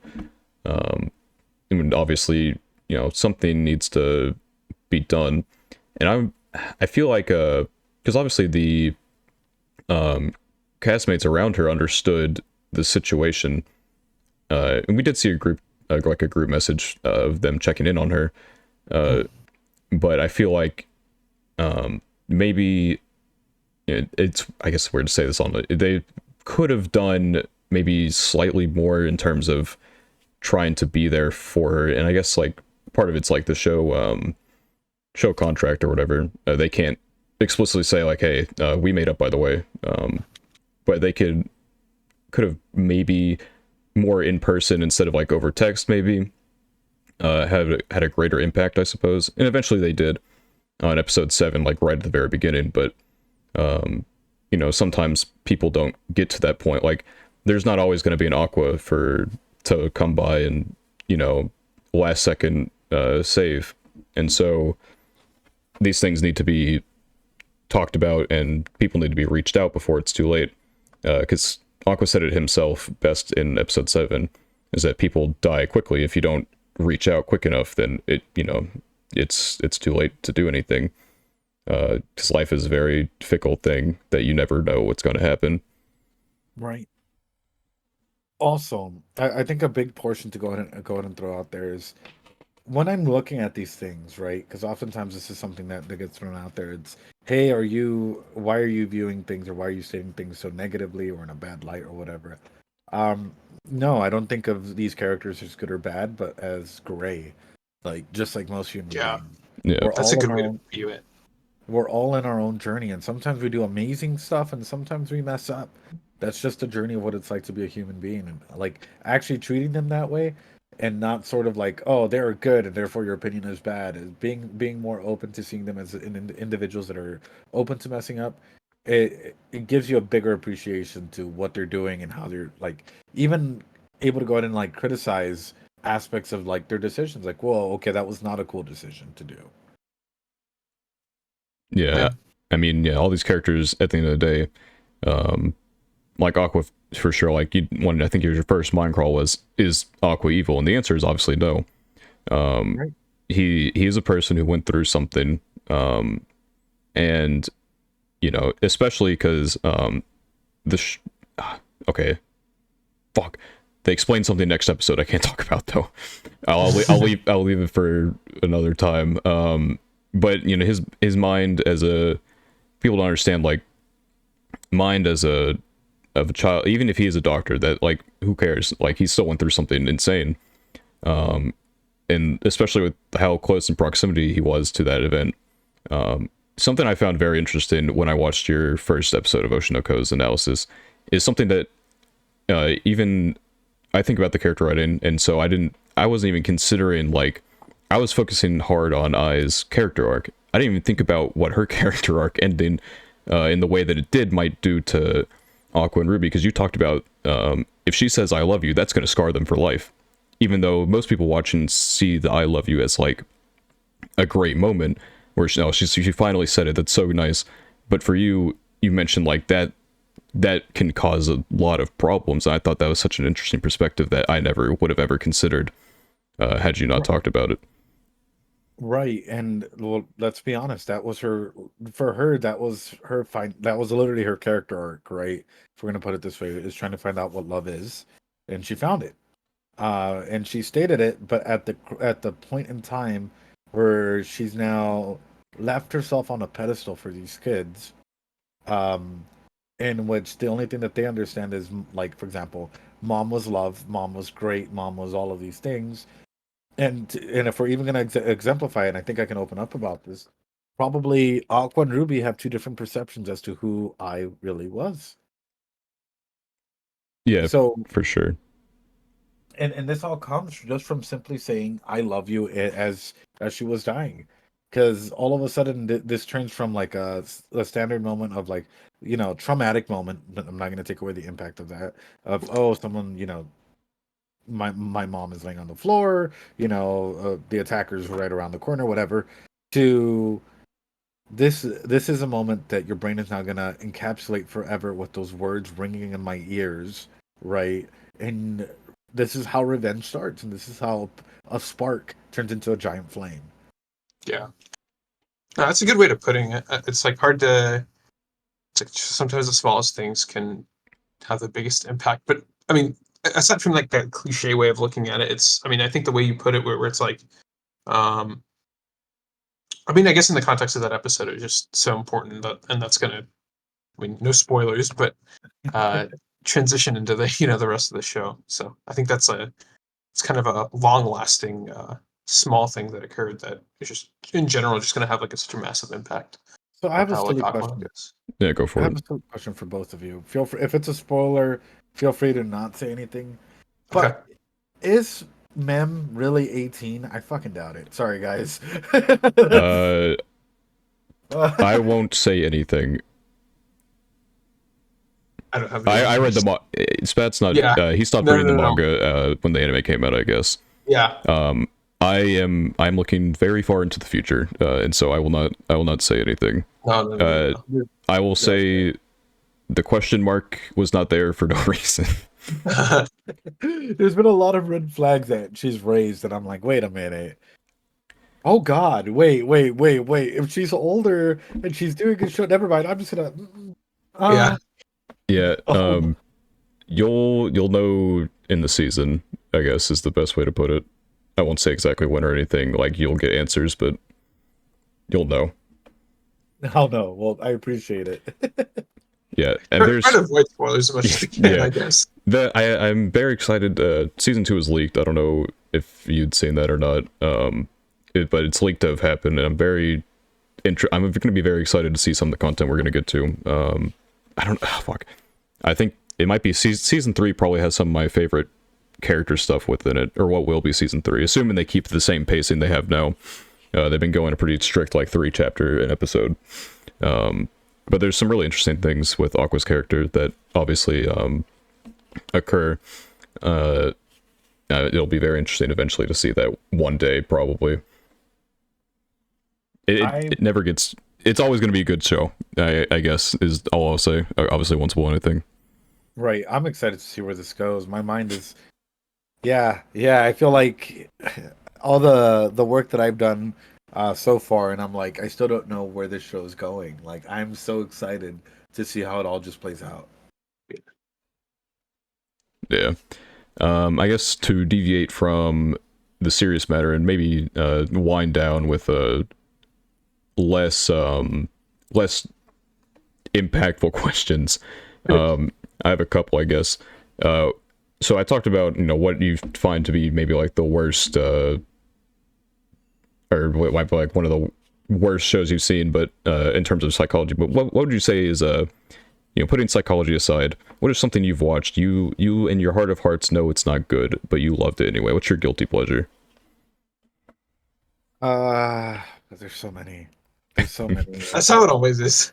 Yeah, there's so many good, like, Yeah, just absolute trash that it fulfills my heart. yeah, I wouldn't even say trash because I have analyzed some like episodes of it, of like Ero Manga Sensei or Oreimo, you know. yeah. You can say whatever you've said. I probably said worse. So you can you can go and say whatever show. No one will judge you. Well, so far I'm sticking around those, I think, Yeah, for the most part. Just because it's been interesting. I kind of want to do a full analysis of Kisses or oh Kissexes. yes, please. Holy. Oh, yeah, dude. Oh, But I'm like, that- I'm not sure how receptive people would. So I'm gonna be complete. If you do, I think it's the TV series specifically that I haven't watched that one yet. Do not do the OVAs. You will not get anything out of those. But I think the TV series version has actual like story content to it or something like that. But the OVAs are they're a guilty pleasure. But they're you're not gonna get anything out of those. It's very. Yeah, I don't know. Not the first time that show's been mentioned on this podcast, I guess. Oh. I mean, now you're just adding fuel to the fire. Yeah, your viewers now they have someone to blame for the for the Kisses advent, I suppose. There was another one that I was like, you know what, this would just be funny to watch just to see how people react to it. What is it? It's not High School DxD. If you can think That's a of like, girlfriend? don't watch Your Girlfriend. You can probably get some interesting stuff out of it, honestly, but don't watch it anyway. If you can like describe the show, I could maybe bring it to mind, but Girl has red hair. Guy has like a red gauntlet looking thing. yeah, it's High School DxD. Yeah. Okay, there you Oh, go. yeah. I've seen Rent a Girlfriend, by the way. Oh, good. And yeah, it's a journey. Yeah, that's the I one way to personally put it. hold in my heart of hearts that Kazuya is the worst main character in anime history, but I don't know, maybe you got something different out of that. Well, I mean, I did analyze, I think all the way through season 2, and He essentially, I agree with you. I call him Kazu Trash. That's what he is, if we're gonna be realistic about it. But you have Chorizo-chan, right? You have La Toxica, the toxic one. Yeah, Um, I will be straight up about it. There's, I guess the one girl that I was like, or two girls that I was like, oh, I wonder how this is gonna go. Was the redhead girl Sumi, I believe, and yeah, then Sumi. I was thirsting for Mami-chan, the toxic one. I don't know why. I don't know why, guys. I gotta be straight up with you, but it was a call out moment. I don't know about you guys, but uh, when in my heart of hearts, Sumi is best girl because she's the least problematic, and I just like her in general. But I say Mommy is best girl because she's actively trying to end the show, and I respect that a lot. Speaking of best girls, that leads into my next question. I want to maybe okay, it's gonna be another two-parter. So who might be your all-timer of any show, and then two would be best for Oshinoko because like I said earlier, people can like what they like. However, I like fanning the flames, and so I must know. You- okay, my favorite. Oof. I have to say, Albedo. She just meets a lot of the requirements, I guess, that I'm looking for. Yeah. She's crazy, man, in the right ways. That's all I gotta say. Like, I appreciate a good Albedo. I even have a figurine of her in a yukata, so it's quite nice. I was gonna say Ram. It's sort of between Ram and Albedo, but yeah, that's that. For Oshinoko, oh man. So at the moment, it's Akane. I'm not gonna lie. Right. Yes. In the most recent one, I've found out, according to my chat, now according to me, how similar we are. Uh, Yeah, that one scene, she's a little bit like you for real, yeah. I had to take down my wall. Yes, uh, I can't believe that. Like, I was working on another video, and now I had to put everything back up to finish that video. So that was something. Um, but aside from all of that, it was between Mami Miyako and her. So yeah, it's. What about you guys? I believe Kana supremacy is the only way to go. God, that's supremacy. Kind of a little more now, I guess. So yeah, for now at least. Damn, no Ruby love. I see. I think Ruby is a bit of a I don't think there's a I don't know wrong what to I don't think think there's a about her wrong yet. there's not a wrong choice in Oshinoko, I think. But Ruby is a bit of a late bloomer, I guess, in terms of character, and how much of a focus she is. Which a lot of people criticize the series for, but I think the way they handle her, I think is fine. I can see why she's maybe lower on the ladder for people, but I think PK doesn't have a favorite, but he did mention liking Ruby, so he can be our, even though he had to leave, he can be our Ruby advocate. So I guess come if we're gonna go spicy, let me ask you a question. Yeah. What is your guys' favorite tags? And you guys know exactly what I'm referencing. Tag. Oh, like If you had to go on a website and type in a six-letter or six-digit. oh, I'm not answering that. I'm sorry, I can't. Yeah, I'm too actually, embarrassed. we have to save that for episode 69. I'm sorry. Yeah. We have that planned. Yeah, it's a plan. I'm also, yeah, I don't feel It's comfortable. it's also Well, I mean, it's nothing weird, but I don't, yeah. I'm comfortable enough to say I don't personally delve into that as much, because nothing fits my taste. It's either just really? fucking milk truck sized assets, or it's the complete opposite spectrum where it's lolly. There's nothing in the middle, and that's Oh my god. and so I regret listening to this. Whatever. You asked the question, so I should get we mentioned it before this because of my voice, but flat as justice is one way to I guess describe the taste. But I have respect, and so I don't go lollies. I don't go, but I love that I have respect. yeah, I'm some people she's 900 years old. I'm like, I'm sorry, it's just, this is gonna work. That's a little bit weird. Yeah. But yeah, that's my general taste. Um, I suppose. Well, I was gonna say, okay, so then, because that's some good taste. I'll be honest, I'm into like give me some dark elves, give me a good elf story. I'm there for it. You know, give me a good slime girl story or a slime person story. I'm there. You know, which brings on to my next topic. Then, like relating to that, of course, Pat, you can always say no, like you can always be like, nah, man. Do you have a preference in demi-humans? I don't. I I only. Sorry. No, I would not. I wouldn't. If I let me look at my. I have like a list of Oh, of it's got a list. It's got a well, catalog. no. Hold on. You know what I'm talking about. So there's you know, like my anime list and stuff is, right? I would assume. My list of demi-humans. No. So I have a. It's a website called AniList. It's basically my anime list, but not. I can link it in the little chat here. This should look. This is I have top 25 for male and female characters both. Well, I guess that doesn't lend directly to my characters that like do not lend directly to my taste in other things all the time, but I guess I only have 24 males actually, because the 25th of my favorites doesn't exist on this website yet. I have to like submit something to get them on there. My poor boy's getting neglected. But I would say I don't know. That's just a list of characters that I seem to enjoy.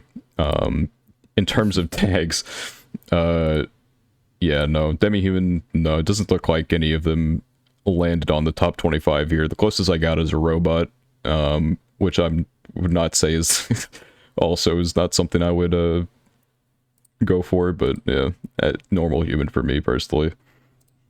Yeah, I'm gonna say the same. In fewer words, I'm gonna agree. I guess technically my number one is a demi-human, but it's like not enough to like, it's like part leprechaun, and so that doesn't really, doesn't really, translate to like catgirl or anything. I am surprised. I was expecting like a succubus or, Well, something to good. pop up. Nah, I mean, we're pretty tame here for the most part. We know unhinged people. We ourselves are not unhinged. I don't know what Yeah, I'm PK might have normal. had to say on the topic, but not that I like dislike those kind of characters or anything, but I don't know. Like I have seen To Love Ru, and not that they're particularly succubus in there, but I guess like They have tails. some of the characters have like the succubus tail or whatever. And why I may derive pleasure from those shows. I wouldn't say it's specifically like the tail that makes it work. Oh, the hell of a question. Oh. But yeah, I think we're almost 2 hours into this, and so I guess does anyone have any closing things they'd like to say? I think I'm out of things personally, but No, if either of you two would like to pose one last question or say one last thing, now is the time. I don't have a question, but I thought this was a really cool discussion because I feel like for a lot of people, I guess like for 99.9% of anime fans, it's a hobby, it's a casual thing, but I think looking at it from a psychological lens is like really it's different for sure, and I think your insights, Ed, were like really interesting and be able to connect that to the real world. That's something that's valuable for a lot of anime fans out there and people who are interested in psychology as well. So I think it was cool to get a new perspective. Oh, thank you. I will say this. Thank you guys so much for having me. It's been an absolute pleasure, like getting to know both, like all three of you, including PK wherever he went. Yeah. It's for me. I really love getting to know other content creators and getting go ahead and like interact with one another because we all have our head down and we're all working hard. We're all doing everything. So it's hard occasionally to look up and be like, oh, wait a minute, this person's doing this wonderful thing. So I appreciate all of you for inviting me. I will say, hey, I hope you all know that you guys are welcomed to the community at any time. If you guys ever want to pop in and say hi, you guys are more than welcome. And so is anybody listening to this. If you guys like mental health concepts, psychology, literally talking about anything and everything in a safe space. And by safe space, I mean we can all have opinions and we can disagree on those opinions, but know that we're not gonna target one another.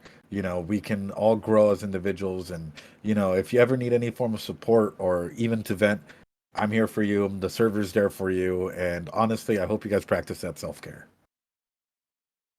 All right, yeah, and I'd like to thank you for coming on as well. I guess in terms of mental health, my anxiety was through the roof sending that email. Oh, Uh, yeah, I mean, we don't, because the other two guests we've had personal connections too, regardless of size. Lace G, I think he might just be Lace on YouTube now. I don't remember if he changed his name or not, but we had connection to him through Gotcha Games. Our biggest guest was Pokemon MD. He's got a few 100,000 subscribers, but we've been a part of his community before, and so messaging him was pretty easy. But like branching outside of that, like you're the first content creator guest we've had that we have never spoken to in any capacity whatsoever, and so yeah, it was definitely wording the email. I'm like, do I sound real? Is he gonna? Does he even look at this? But you reached out to me, and we got you on here, and I definitely appreciate you coming on and accepting the offer, because we got to have a really interesting discussion. You're not going to break the record for longest episode, but I think you did get number 2, which is I like the longer episodes, even if they can be. I ran out of water like 30 minutes ago, but yeah, we really did enjoy having you on here.